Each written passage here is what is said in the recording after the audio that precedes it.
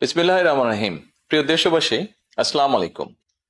আজকে আমি আপনাদের সাথে একটি বিষয় নিয়ে খুব সংক্ষেপে দুটি কথা বলতে চাই।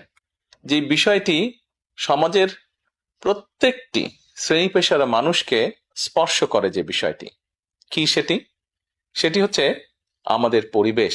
অর্থাৎ আমি, আপনি, আমরা সকলে যে পরিবেশটাতে থাকি সেই পরিবেশটি কেমন, আমার আশপাশটি কেমন।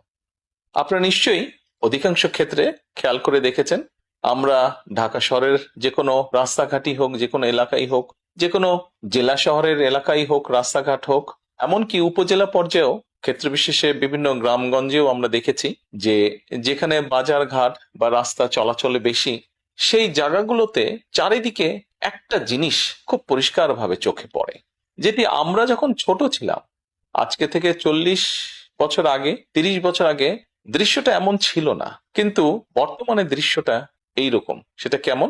চারিদিকে আমার আপনার আমাদের ব্যবহার করা হাতের টিস্যু, অথবা আমার আপনার খাওয়া চিপসের প্যাকেট, অথবা বাসায় ব্যবহার করা রান্নার তেল যে তার প্লাস্টিকের বোতলটি, অথবা আমি বা আপনি পানি পান করেছি প্লাস্টিকের বোতল থেকে সেই বোতলটি, এরকম আরো অনেক ধরনের আবর্জনা যত্র তত্র সব জায়গায় ছড়িয়ে আছে। কোনো জায়গায় একটু বেশি জমা হয়ে আছে, অথবা যত্র তত্র লোকালয়ে চারিদিকে ছড়িয়ে আছে।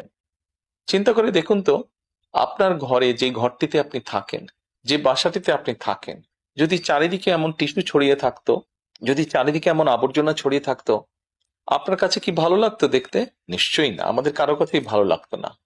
কবি তো সুন্দরভাবে লিখেছেন, সবুজ শস্য শ্যামলা আমারে ভুবন।